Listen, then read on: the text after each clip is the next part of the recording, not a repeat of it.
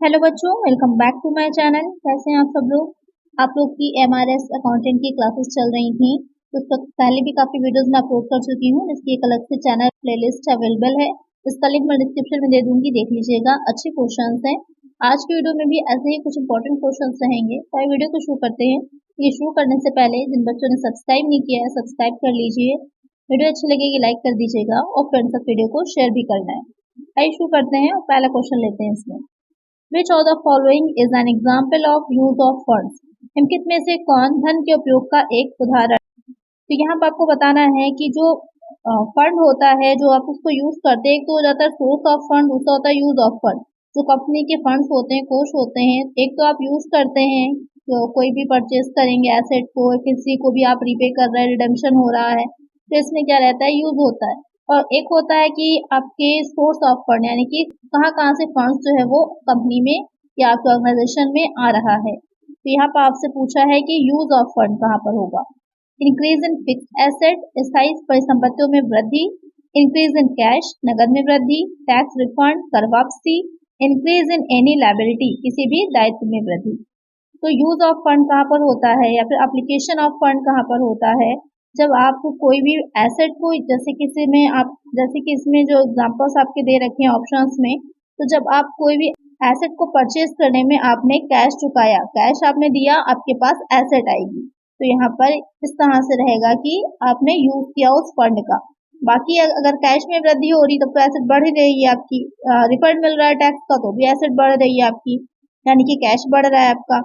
Increase in any liability, तो यहाँ पर भी नहीं रहेगा। जो आपने परचेज करी है फिक्स्ड एसेट, तो वहां पर आपने कैश दिया है, तो वहां पर आपने उस फंड का यूज किया है। तो एक आंसर होगा हमारा option A.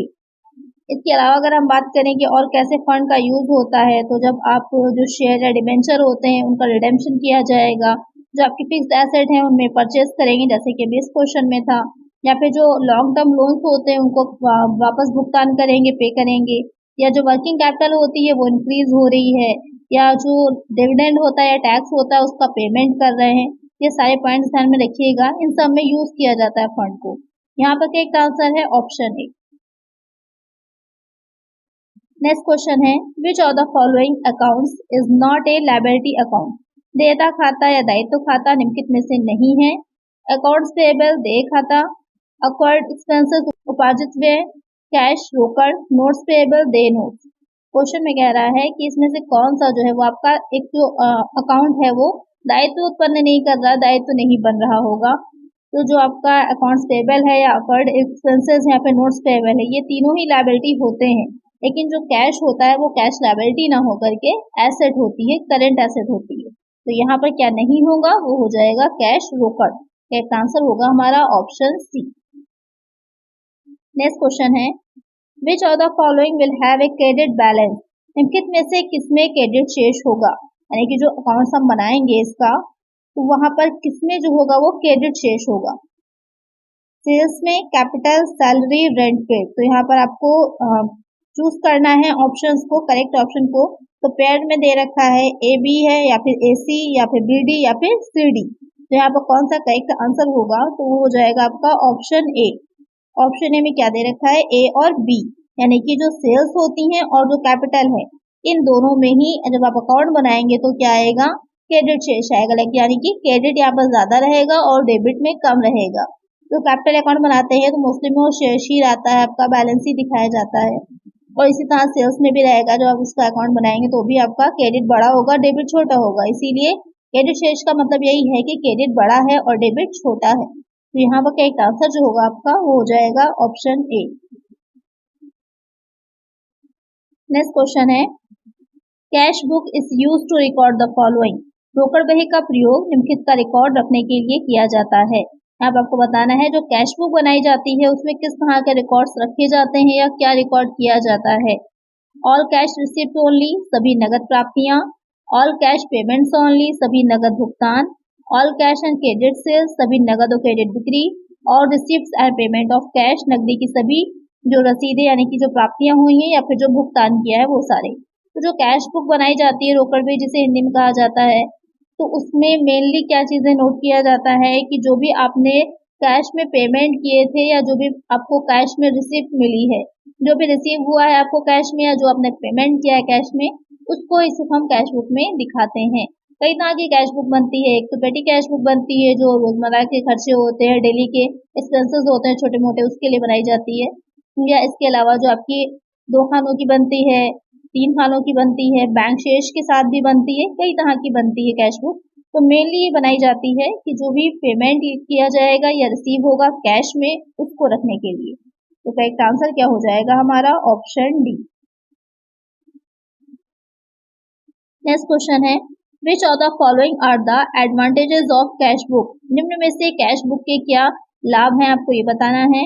Mistakes in books can be easily detected at the time of verification of cash. पुस्तक में किसी भी गलती को आसानी से नकदी के सत्यापन के समय पता लगाया जा सकता है। Daily cash receipt and cash payments are easily ascertain. दैनिक नगद प्राप्तियां और नगद भुगतान आसानी से पता लगाए जा सकते हैं। बोथ ऑफ दीज यानी कि ये दोनों ही सही हैं, या फिर नन ऑफ दीज, इनमें से कोई नहीं। तो अब आपसे पूछ रहा है कि जब कैश बुक बनाई जाती है, रखी जाती है, तो उसके क्या बेनिफिट्स होते हैं, क्या एडवांटेजेस मिलते हैं कंपनी को। यहाँ पर जो आपका इसमें रहता है कि जो अगर आपने कैश बुक अलग से बनाई होती है तो वहाँ पर हम आसानी से किसी भी तरह की कैश रिसीव्ड या फिर जो हमारे पेमेंट किया है उसमें कोई मिस्टेक है तो आसानी से उसे हम पकड़ सकते हैं। और साथ ही जो डेली के कैश रिसिप्ट और पेमेंट होते हैं उसका भी आसानी से हम इजिली रिकॉर्ड रख सकते हैं। वरना जो छोटे मोटे खर्चे होते हैं अक्सर मिस हो जाते हैं, तो ये रहता है कि अगर किसी तरह का डिफरेंस आ रहा है तो ये पता लगाना मुश्किल हो जाता है कि वो कहाँ से आ रहा है। लेकिन अगर कैश बुक हमने बनाई है, उसमें पेटी कैश बुक अगर रखी है, तो हमारे लिए ईजी हो जाता है उन छोटे छोटे खर्चों का पता लगाना कि वो कहाँ पर हमने उस पैसे को या उस इनकम को एक्सपेंसेस किए हैं वो सारे। तो ये हो जाते हैं कि दोनों ही आपके एडवांटेज हैं, दोनों ही लाभ मिलते हैं। तो करेक्ट आंसर होगा हमारा option C, both of this. Next question है, the debit balance at the end of a year in a cash book shows. एक वर्ष के अंत में एक रोकड़ बही में डेबिट शेष दिखाता है। यानी कि लास्ट में आपने ईयर के एंड में जब देखा कि जो आपकी कैश बुक है वहां पर डेबिट शेष दिखा रहा है, यानी डेबिट शेष का मतलब मैंने समझाया था, जिस भी चीज के बैलेंस की बात करी जाएगी मतलब ये है कि वो साइड बड़ा है और दूसरा साइड छोटा है। यहाँ पर डेबिट शेष की बात की जा रही है, यानी कि डेबिट बड़ा है, क्रेडिट छोटा है। तो यहाँ पर पूछ रहा है कि डेबिट शेष दिखा रहा है। तो total cash paid during the year, वर्ष के दौरान भुगतान किया गया कुल नगद। Total cash receive during the year, वर्ष के दौरान प्राप्त कुल नगद। Income of the business initiative, व्यवसाय की इकाई किया है। या फिर cash in hand at the end of the given period, दी गई अवधि के अंत में हाथ में नगद, या फिर हस्तगत रोकड़ जो कहलाता है। तो यहाँ पर कह रहा है कि लास्ट में जो उसमें अगर दिखा रहा है डेबिट शेष, तो वो क्या होगा?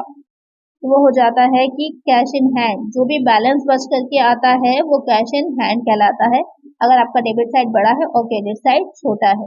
तब क्वेश्चन ये आता है कि डेबिट साइड में क्या दिखाते हैं और क्रेडिट में क्या दिखाते हैं। तो जो कैश बुक बनाई जाती है उसका जो डेबिट साइड होता है, वहाँ पर सारी रिसीप्ट दिखाई जाती है, सारी प्राप्तियां, जो कुछ भी हमें रिसीव होगा, जो कुछ भी हमें कैश में मिलेगा, वो सब हम दिखाएंगे डेबिट साइड में। और जो क्रेडिट होता है वहाँ पर जो कुछ भी हमने पेमेंट किए होते हैं, जो भी हमने भुगतान किए होते हैं, वो सब दिखाए जाते हैं। यानी कि जो हमें प्राप्तियां हैं वो ज्यादा हुई हैं तो डेबिट साइड बड़ा है हमारा, बैलेंस निकल के हमारा क्रेडिट साइड में जाएगा और वो हमारी कैश इन हैंड हो जाएगी।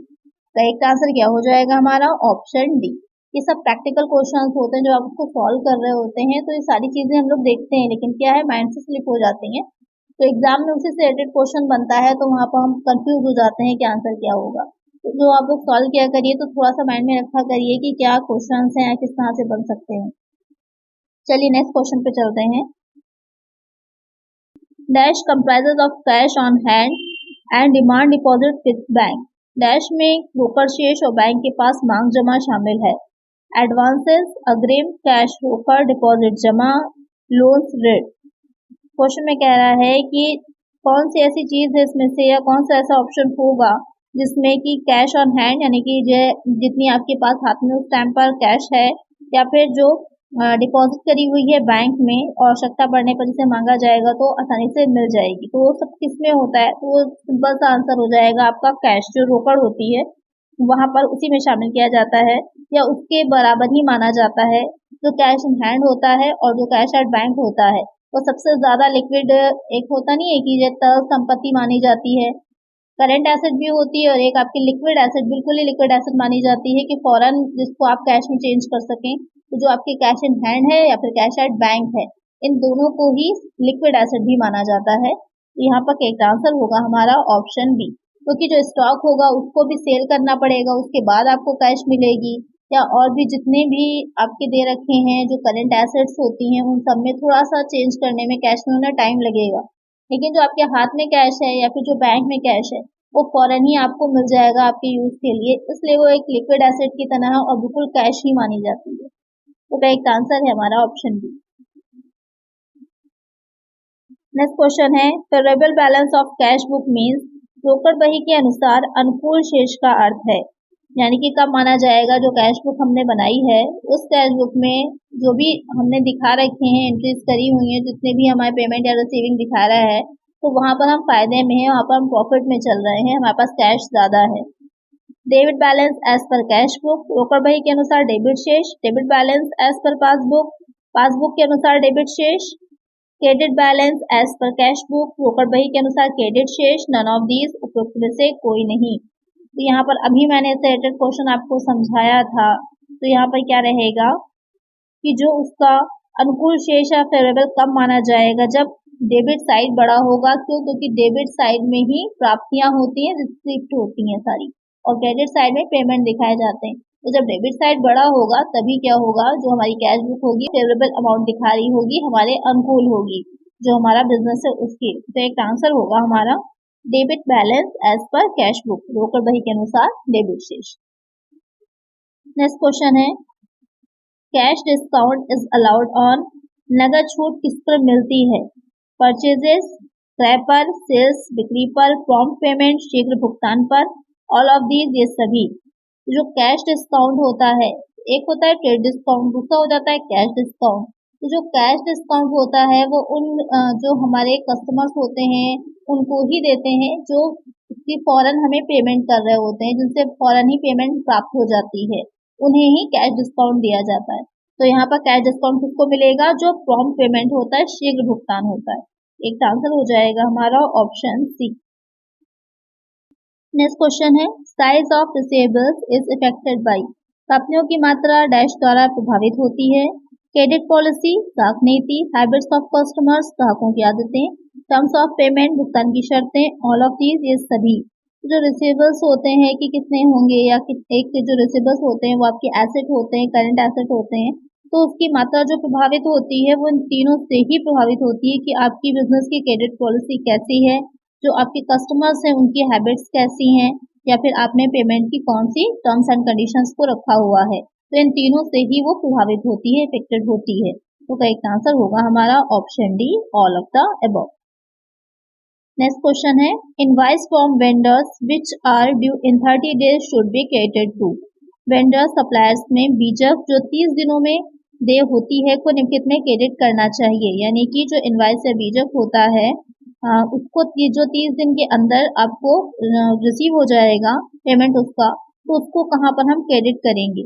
अकाउंट पेएबल में, देय खाता में, अकाउंट रिसीवेबल्स में, प्राप्य खाते में, परचेज अकाउंट में, क्रय खाते में, अकाउंट ट्रांसफरेबल में, अंतरणीय खाते में, हस्तांतरणीय खाते में। तो यहाँ पर जो आपको क्वेश्चन में कह रहा था कि जो इनवॉइसेस फ्रॉम वेंडर्स, यानी जो विक्रेता है उससे जो बीजक आपको मिला है, तो बीजक जो होता है तो इसे कहाँ दिखाया जाएगा? इसे अकाउंट पेएबल जो होते हैं वहां पर दिखाया जाएगा, देय खातों में दिखाया जाएगा, क्योंकि जो अकाउंट पेएबल्स होते हैं उनमें उन लेन देनों को रिकॉर्ड किया जाता है, वो ट्रांजेक्शन दिखाए जाते हैं जिनको आपको करंट में जिसका पेमेंट ना होकर के भविष्य में किया जाना है, यानी फ्यूचर में किया जाना है, तो वो आपका एक तरह से लायबिलिटी हो जाती है।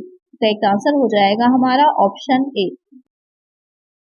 नेक्स्ट क्वेश्चन है, a purchase of office equipment as credit requires credit to.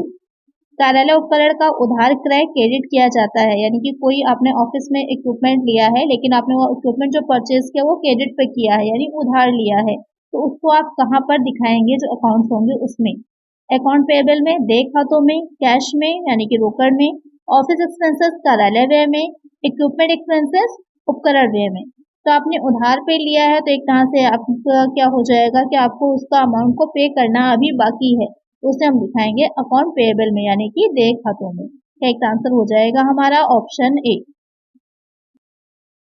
Next question है, which of the following is not required while watching sales return.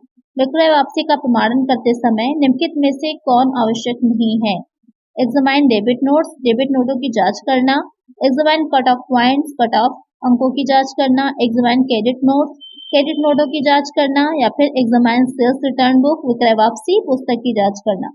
तो क्वेश्चन में कह रहा है कि जब हम जो सेल्स रिटर्न की बुक होती है उसकी वॉचिंग कर रहे होते हैं, उसका प्रमाणन कर रहे होते हैं, तो वहां पर हमें कौन सी चीज को दिखाना या किस चीज का प्रमाणन करना इम्पोर्टेंट नहीं होता, आवश्यक नहीं होता है। तो वो हो जाएगा कि जो डेबिट नोट्स होते हैं उसका हमें प्रमाणन करना या उसको देखना इम्पोर्टेंट नहीं होता है, क्योंकि जो डेबिट नोट की आवश्यकता होती है वो आपकी परचेज रिटर्न यानी कि क्रय रिटर्न जो होता है उसमें होती है। यहाँ पर बात जो की जा रही है वो सेल्स रिटर्न की जा रही है, जो बिक्री वापसी है उसकी की जा रही है। तो एक आंसर हो जाएगा हमारा ऑप्शन ए। नेक्स्ट क्वेश्चन है, स्पॉन्टेनियस फाइनेंसिंग इंक्लूड्स डैश। स्वतः वित्तीयन डैश को शामिल करता है। Account receivables, account payable, short term loan, a line of credit. Question में कह रहा है कि स्वतः वित्तीयन यानी कि जो वित्त पोषण या अपने पास से जो फाइनेंसिंग की जा रही है, तो वहां पर आप उसको किस चीज में दिखाएंगे या वो किस तरह से ट्रीट किया जाएगा। तो इसमें ये रहता है कि जो नियमित या दिन प्रतिदिन के कार्य किए जाते हैं, तो वहां पर ये जो स्वतः वित्तीयन है वो उससे रिलेटेड हो जाता है, तो उसे जो दिखाया जाता है वो देनदारी लेखों में यानी कि अकाउंट पेबल्स में दिखाया जाता है। तो क्या एक आंसर हो जाएगा हमारा ऑप्शन बी। नेक्स्ट क्वेश्चन है, account to be credited on donation of goods. माल को दान में देते समय किस खाते में दिखाया जाएगा या क्रेडिट किया जाता है। परचेज अकाउंट, क्रय खाता, सेल्स अकाउंट, विक्रय खाता, कैश अकाउंट, रोकड़ खाता, डोनेशन अकाउंट, दान खाता। तो क्वेश्चन में कह रहा है कि जो भी गुड्स है उसको एज अ डोनेशन आप किसी को दे रहे हैं, तो वहां पर उसे आप किस चीज में क्रेडिट करेंगे या किस अकाउंट में क्रेडिट करेंगे। तो उसे परचेज अकाउंट में यानी कि क्रय खाते में क्रेडिट किया जाता है। यहाँ पर करेक्ट आंसर क्या हो जाएगा हमारा ऑप्शन ए। इसकी जो एंट्री की जाती है तो या चैरिटी या फिर डोनेशन अकाउंट डेबिट हो जाता है और टू परचेजेस अकाउंट यानी कि क्रेडिट हो जाएगा वो। एक आंसर होगा ऑप्शन ए। आज की वीडियो में इतना ही। आई होप आपको वीडियो अच्छी लगी होगी। अगर वीडियो अच्छी लगी है तो लाइक जरूर करिएगा, चैनल पर नए सब्सक्राइब कर लीजिएगा और फ्रेंड्स तक वीडियो को शेयर कर दीजिएगा। मिलते हैं नेक्स्ट वीडियो में और कुछ नए क्वेश्चन के साथ। Thank you.